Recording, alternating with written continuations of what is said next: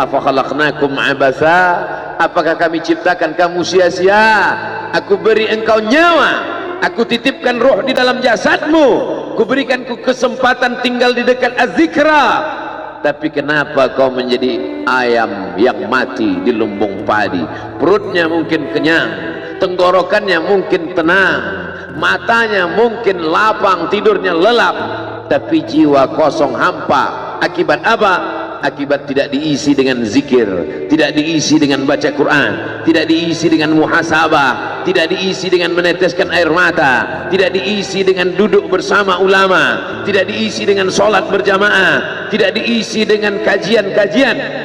Sesungguhnya setiap kita datang ke dunia ini sudah membawa benih. Tidak ada yang lahir ke dunia ini kosong hampa. Jadi kalau ada bapak-bapak yang diceramahi oleh orang motivator atau siapapun dia, mari isi anak kita dengan Islam, mari isi anak kita dengan iman. Tidak begitu guys. Kita lahir ke dunia ini bukan dalam keadaan kosong. Kita lahir sudah membawa iman.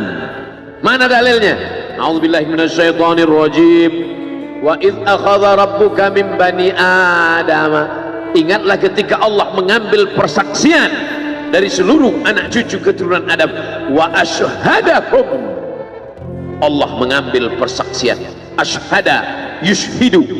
Asyhadahum ala anfusihim. Ketika itu Allah bertanya, alastu bi rabbikum? Bukankah aku ini Rabb kamu? Semua kita waktu itu menjawab, bala syahidna, ya engkau adalah Rabb kami ya Allah. Setelah kita diisi, barulah kita masuk ke dalam rahim ibu kita, barulah turun ke bumi, barulah datang kemari. Lalu kemudian setelah di sini lupa, antaqulu yaumal qiyamati inna kunna an hadza ghafilin. Kami lupa, kami tidak ingat. Orang yang tidak ingat ini diingatkan. Fadzakir, ingatkanlah. Inna fa'ati az-zikra. Fadzakir, berilah peringatan. Inna fa'ati az-zikra. Inna fa'ati az-zikra. Az-zikra bermanfaat untuk siapa? Liman yakhsha, bagi orang yang takut bahwa dia nanti akan bangkit dari tanah, bahwa dia akan hidup sekali lagi, bahwa roh dan jasadnya akan dipertemukan lagi. Apa mungkin kita ini akan hidup lagi Pak Ustadz? Ucapanmu sama seperti ucapan Asi bin Wa'il yang membawa tulang kering kerontang yang sudah putih tak ada lagi warna. Lalu dia bertanya, hal yuhyi rabbuka hadzal 'idhama ba'da ma baliya wa ramma? Apakah bisa Tuhanmu menghidupkan tulang ini lagi ya Muhammad? Nabi sallallahu alaihi wasallam diam sampai Jibril datang membawakan jawaban. Qul yuhyiha allazi ansha'aha awwala marrah. Katakan ya Muhammad sallallahu alaihi wasallam kepada Asi bin Wa'il yang tak percaya bahwa tulang itu akan hidup sekali lagi. Yuhyiha allazi ansha'aha awwala marrah. Dia yang menciptakan tulang itu sebelum ada menjadi ada, sekarang setelah ada dibuatnya menjadi tidak ada, akan dikembalikannya lagi menjadi ada. Sedangkan menciptakan yang tidak ada menjadi ada saja dia sanggup, apalagi yang pernah ada dibuatnya menjadi tidak ada, dikembalikannya lagi menjadi ada. Innama amruhu idza arada syai'an ayyaqula lahu kun. Azmuz zanab, ujung tulang ekor sebesar ibu jari, tulang belakang sampai ke bawah, yang lain hancur. Ketika digali makam kuburan, ada yang tulang-tulang hanya tinggal tulang paha saja, ada yang hanya tinggal gigi dan rambut saja, yang lain hancur. Tapi ada satu yang tidak hancur, kata Allah, disampaikan Nabi Muhammad SAW, ujung tulang ekor sebesar ibu jari. Maka dari itulah nanti yang akan ditunjuk, tumbuh sel-sel tulang, tumbuh kulit-kulit, tumbuh darah daging, bangkit menjadi manusia sempurna di hadapan Allah. Masuk surga itu roh dan jasad. Jannatin tajri min tahtiha tahtihal anhar. Sungai, air sungai dengan gemericiknya masuk kaki ke dalam air sungai, itu adalah jasad. Kulit menyentuh air sungai terasa dinginnya, itu jasad. Zamharira adalah cahaya matahari yang tidak tembus ke bawah. Kenapa cahaya matahari tidak tembus? Karena ada ranting-ranting kayu yang saling terkait satu dengan lain, sehingga kalau duduk di bawah maka cahaya matahari tidak tembus ke bawah. Itu jasad. Maka yang masuk surga itu adalah roh dan jasad menurut Ahlus Sunnah wal Jamaah. Kalau masuk surga cuman roh, saya nggak mau. Mimpi masuk surga. Abdul Somad akan masuk surga beserta ruh dan jasad kembali sempurna. Makanya kata Nabi, la yadkhulul jannata ajuz, tak masuk surga orang tua. Menangis semua orang tua, sedih karena tak masuk surga. Nabi tersenyum, kata Nabi, bukan kamu tua tak masuk surga, kamu akan kembali muda usia belia 30, 31, 32, 33. Karena masuk surga itu adalah orang-orang muda, anak-anak muda yang bisa menikmati dunia. Begitulah mereka masuk ke dalam surga. Apa makna ucapan Nabi itu? Ruh dan jasad masuk ke dalam surga Allah. Lagi-lagi kita sedang diajarkan keseimbangan, bahwa kita lahir membawa iman, tapi iman ini bisa mati. Benih letakkan di tanah pasir kering kerontang, tidak disiram, mati dia, kering. Bagaimana menghidupkannya? Dihidupkan dia dengan ilmu. Tidak ada majelis ilmu yang paling banyak untuk saat ini. Majelis ilmu di Az-Zikra, semua ustadz didatangkan kemari. Ustadz Tengku Zulkarnain, Abah Raud tidak usah disebut lagi, memang beliau guru dari almarhum, Masya Allah tabarakallah. Lalu kemudian para masyaikh, Ustadz Adi Hidayat, Buya Yahya, tak dapat disebutkan satu persatu. Kiai Haji Abdullah Gimnastiar, para alim ulama, alumni Al-Azhar Mesir, alumni dari Yaman, Tarim Hadramaut, Darul Mustafa, Rubat Tarim, berdatangan kemari semua. Majelis ilmu. Lagi-lagi ayam mati di lumbung padi. Apa sebenarnya yang terselit dari peribahasa itu?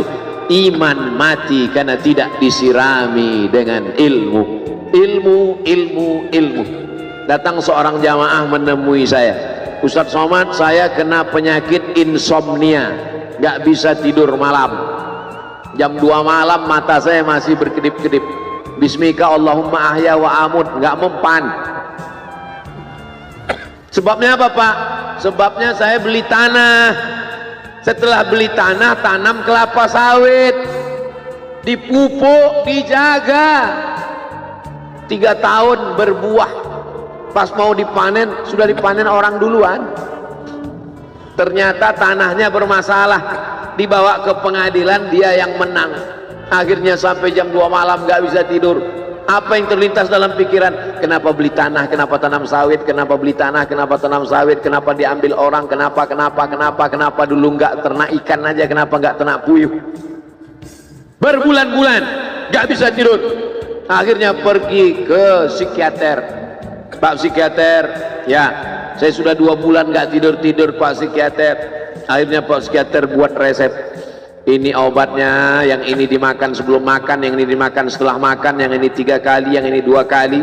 Akhirnya memikirkan resep itu, makin gak bisa tidur. Dimakan, tertidur. Dosisnya habis, terbangun. Kenapa beli tanah, kenapa tanam? Setelah dimakan, muncul masalah baru. Terlalu banyak makan obat, terjadi kekacauan tubuh, akhirnya kena buah pinggang, muncul masalah baru. Sampai akhirnya saya ketemu MP3 Ustadz, saya dengarkan sebelum tidur malam. Begitu saya dengar, saya tertidur. Makanya saya tidak marah kalau ada jamaah tertidur. Itu menunjukkan jiwanya tenang, karena dia tidak kena penyakit insomnia. Orang Amerika, orang Eropa, mobilnya mewah, apartemennya cantik, rumahnya megah, duitnya banyak, dolarnya bejibun, nggak bisa tidur karena masalah hidup dunia. Kita naik angkot kelewatan gang. Itu menunjukkan apa? Di mana letak ketenangan itu? Huwallazi anzala sakinata fi qulubil mu'minin. Dia yang menurunkan ketenangan ke dalam hati orang yang beriman. Oleh sebab itu maka iman ini mesti disiram dengan ilmu. Majelis ilmu adalah majelis zikir. Majelis ilmu adalah majelis turunnya rahmat dan barakah. Majtama'a qaumun fi baitin min buyutillah. Sekelompok orang berkumpul di rumah Allah, yatsluna kitab Allah, membaca ayat-ayat Allah, wa yatadarasunahu fima bainahum, mengkaji isinya. Nazalat alaihimus sakinah, turun ketenangan. Wasyat bihimur rahmah, turun rahmat kasih sayang Allah. Haffat bihimul malaikah, dikelilingi oleh para malaikat. Wa dzakarahumullahu fi man indah, dibanggakan Allah Ta'ala dengan para malaikat. Tadi malam ketemu dengan murid dari Syekh Muhammad Yasin bin Isa Al-Fadani di Zawiyah Raudhah. Ketemu, cium tangan, barokah, zikir, sholawat, tenang jiwa. Lalu kemudian subuh ini ketemu dengan Abah Raud, ketemu dengan para penghafal Quran, ketemu dengan santri-santri, tenang jiwa. Tidak ada yang menenangkan jiwa ini selain daripada majlis zikir, majlis ilmu. Betapa meruginya ayam-ayam mati di lumbung padi. Benih tidak disiram, mati. Benih yang disiram dengan majlis ilmu tumbuh tapi tidak berbuah. Maka mesti disiram pakai pupuk buah. Datang konsultasi, ini kenapa tidak berbuah? Kenapa ini tidak berbuah? Karena ternyata dia mesti diamalkan. Sudah dapat ijazahnya, sudah talaqi, sudah halaqah, kenapa nggak berbuah? Belum diamalkan. Paksa-paksakan diri sebelum tidur malam, wudhu dulu, sholat witir. Paksa-paksakan diri bangun malam, tahajud. Paksa-paksakan diri siang, sholat qabliyah, sholat ba'diyah. Paksa-paksakan diri pagi, sholat duha. Paksa-paksakan diri, sholat subuh berjamaah. Barulah dia berbuah. Kalau dia tidak berbuah, dia hanya sekedar pokok kayu yang hanya membuat sampah saja. Tapi paling tidak tempat orang bernaung di bawah ketika panas, tapi manfaatnya tidak sesuai karena yang ditunggu itu buahnya. Masa pohon kayu rindang besar tidak berbuah sementara semangka yang kecil buahnya besar? Oleh sebab itu maka mesti berbuah. Benih disiram, berbatang, berputih, berbuah. Buahnya ranum, cantik dan indah. Begitu dibelah tak bisa dimakan. Kenapa? Ulat semua isinya. Oleh sebab itu mesti dijaga. Benihnya disiram. Apa yang bisa menjaga ini? Diprotek dia. Kenapa apel tidak dimakan ulat? Bukan karena ulat tidak sanggup beli apel, tapi karena disemprot pestisida. Ulat tahu ini ada pestisidanya, maka dia tidak makan. Kita nggak tahu, dimakan. Ikan asin tidak dikerubungi lalat, tidak ada satupun lalat yang hinggap di ikan asin. Kenapa?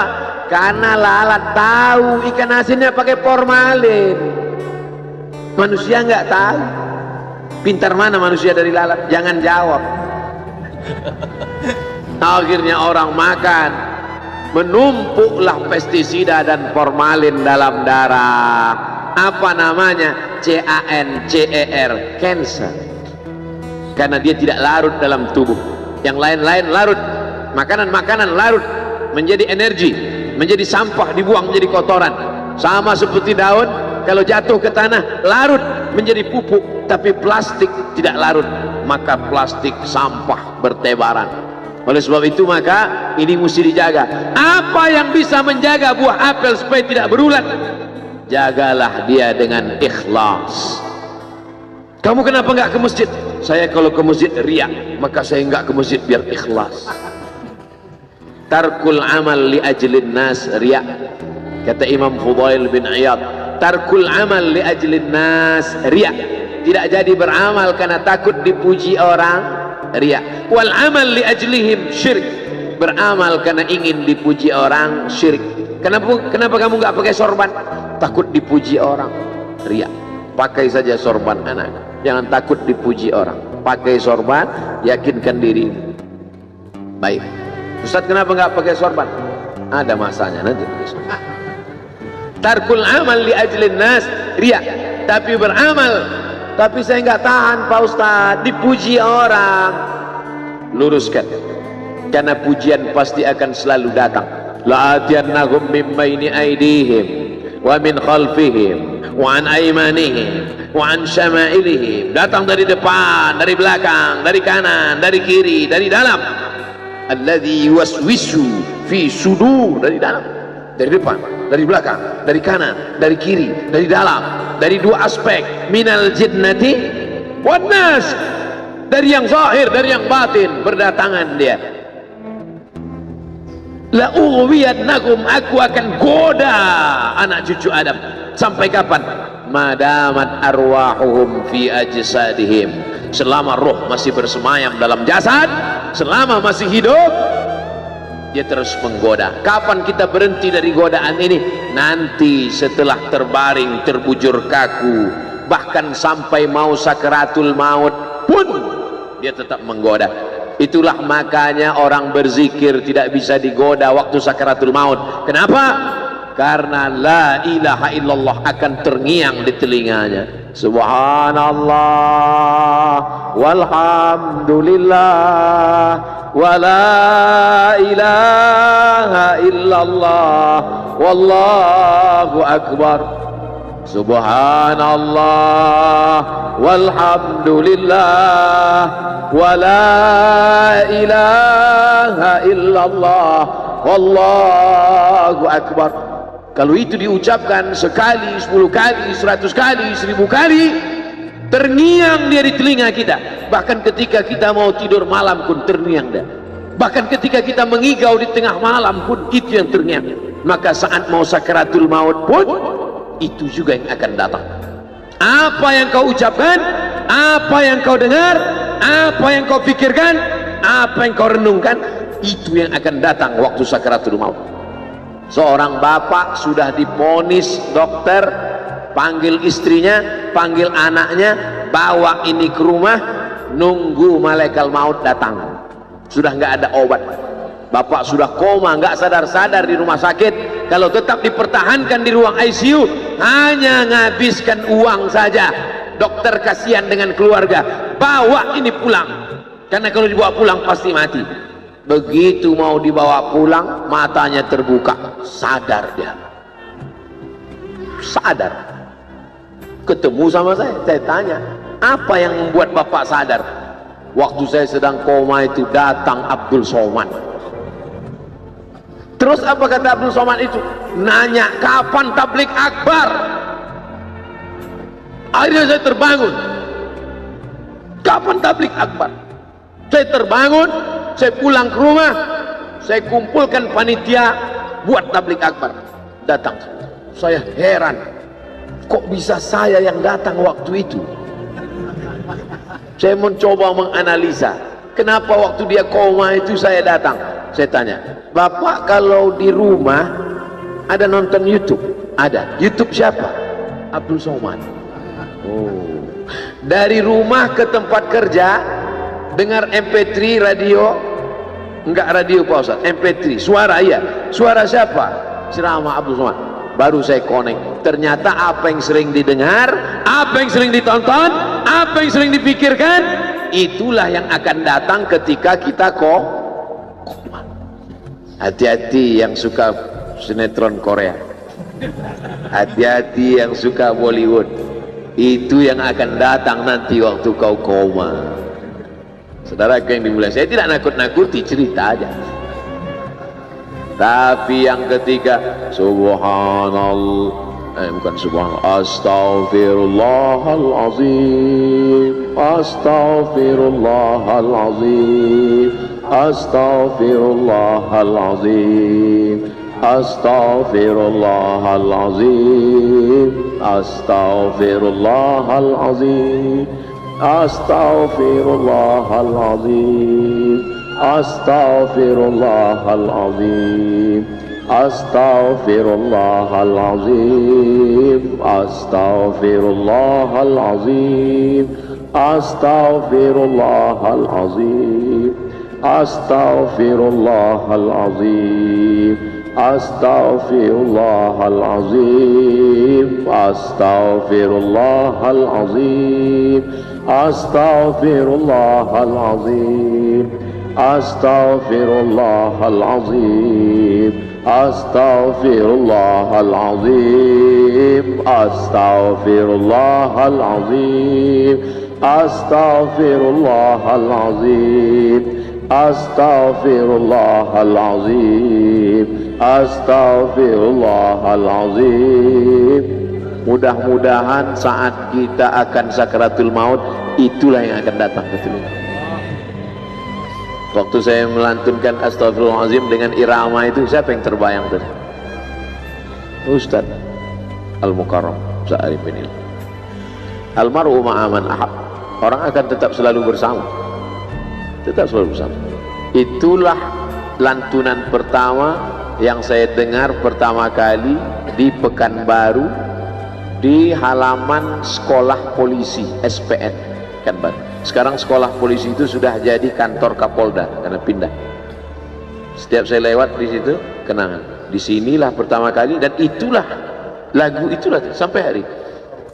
Maka kalau saya lantunkan, saya ingat orangnya, saya terbayang wajahnya. Itu betul kata Nabi, almar'u ma'aman ahab. Orang tidak akan pernah. Saya kalau diundang untuk ceramah kemarin berpikir 2-3 kali. Dulu saya membaca riwayat tentang Bilal bin Rabah yang pindah ke Damaskus setelah Nabi meninggal. Saya tidak paham cerita itu, karena Bilal bin Rabah pindah ke Damaskus, tidak mau azan lagi. Tidak mengerti saya kisah itu. Ya, yang saya pahami, setelah Nabi meninggal, dia pindah ke Damaskus, azan di Damaskus, Suriah. Disuruh, diminta oleh Abu Bakar supaya datang ke Madinah azan, nggak mau. Diminta oleh Sayyidina Umar, Bilal datang ke Madinah azan, enggak. Sampai akhirnya datang Sayyidina Al-Husain. Kata Sayyidina Al-Husain, datanglah. Bilal datang. Datang Bilal dari Damaskus ke kota Madinah, dan dia azan. Azannya tidak selesai. Kenapa tidak selesai?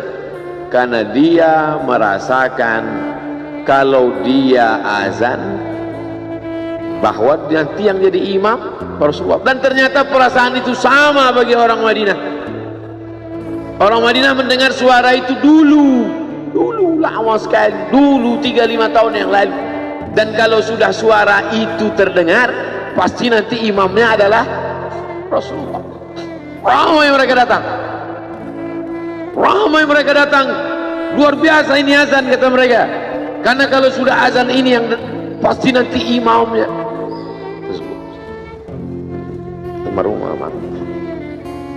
Al-Fatihah. Alhamdulillahirrahmanirrahim. Maliki yaumiddin. Iyyaka na'budu wa iyyaka nasta'in. Ihdinas siratal mustaqim. Siratal ladzina an'amta 'alaihim ghairil maghdubi 'alaihim waladdallin. Amin. Allahumma ighfir lahu warhamhu wa'afihi wa'fu anhu wa akrim nuzulahu wa wasi' madkhalahu واغسله بالماء والثلج والبرد ونقه من الخطايا كما ينقى الثوب الأبيض من الدنس وأبدله دارا خيرا من داره وأهلا خيرا من أهله وقه من فتنة القبر وعذاب النار. اللهم لا تحرمنا أجره ولا تفتنا بعده واغفر لنا وله ولإخواننا الذين سبقونا بالإيمان ولا تجعل في قلوبنا غلا للذين آمنوا ربنا إنك رؤوف رحيم. اللهم اجعل أهله وتلامذته وطلابه من الصابرين الذين إذا أصابتهم مصيبة قالوا إنا لله وإنا إليه راجعون. اللهم اجعل أبناءه وبناته من الصالحين والصالحات واحفظهم من كل سوء وشر. اللهم اجعل هذا المعهد الذكر معهدا عظيما مباركا تخرج منه الطلاب والطالبات minal mujahidin wal mujahidat fi sabilika bi amwalihim wa anfusihim. Allahumma ihfazhum minaz zulumat, Allahumma akhrijhum minaz zulumati ila an-nur, Allahumma waffiqna liman tuhibbu wa tardah. Allahumma ij'al abna'ana wa banatina min huffazil Qur'an wal hafizat. Allahumma ij'al qabrahu rawdatan min riyadil jinan, la taj'al qabrahu hufratan min hufarin niran. وصلى الله على سيدنا ومولانا شفيعنا وذخرنا محمد وعلى آله وصحبه وسلم والحمد لله رب العالمين. Kalau sayang dengan almarhum, hidupkan majlisnya, ramaikan, bangkitkan semangat, tunjukkan kepada Allah Subhanahu wa taala bahwa kita cinta. Sab'atun yudhilluhumullah, 7 orang yang dapat naungan yauma la illa dhilluh, hari itu tak ada naungan kecuali naungan Allah. Rajulani, 2 orang tahabba fillah, berkasih sayang karena Allah, ijtama'a alaih, bersama karena Allah, wa tafarraqa alaih. Saya berharap saya dengan almarhum, saya dengan Abah Raud, saya dengan para sahabat termasuk yang mendapatkan naungan ini. Saya dengan almarhum tak ada hubungan kepentingan, kami tak ada hubungan politik, kami tak ada hubungan ekonomi. Kami murni karena la ilaha illallah Muhammad Rasulullah. Alaiha nahya, dengan itu kami hidup. Wa alaiha namutu, dengan itu kami mati. Wa biha nub'atsu insyaallah, dengan itu juga nanti kita akan dibangkitkan. Sayang dengan Nabi, hidupkan masjid-masjid. Sayang dengan ulama, hidupkan majlis-majlisnya. Jaga peninggalan-peninggalannya. Lanjutkan perjuangannya. Itu bukti sayang. Sayang bukan di tepi bibir, sayang bukan basa-basi. Oleh sebab itu kita akan dituntut di hadapan Allah tentang nikmat besar ini. Mudah-mudahan kita lulus ujian dunia, ujian akhirat. Amin ya rabbal alamin.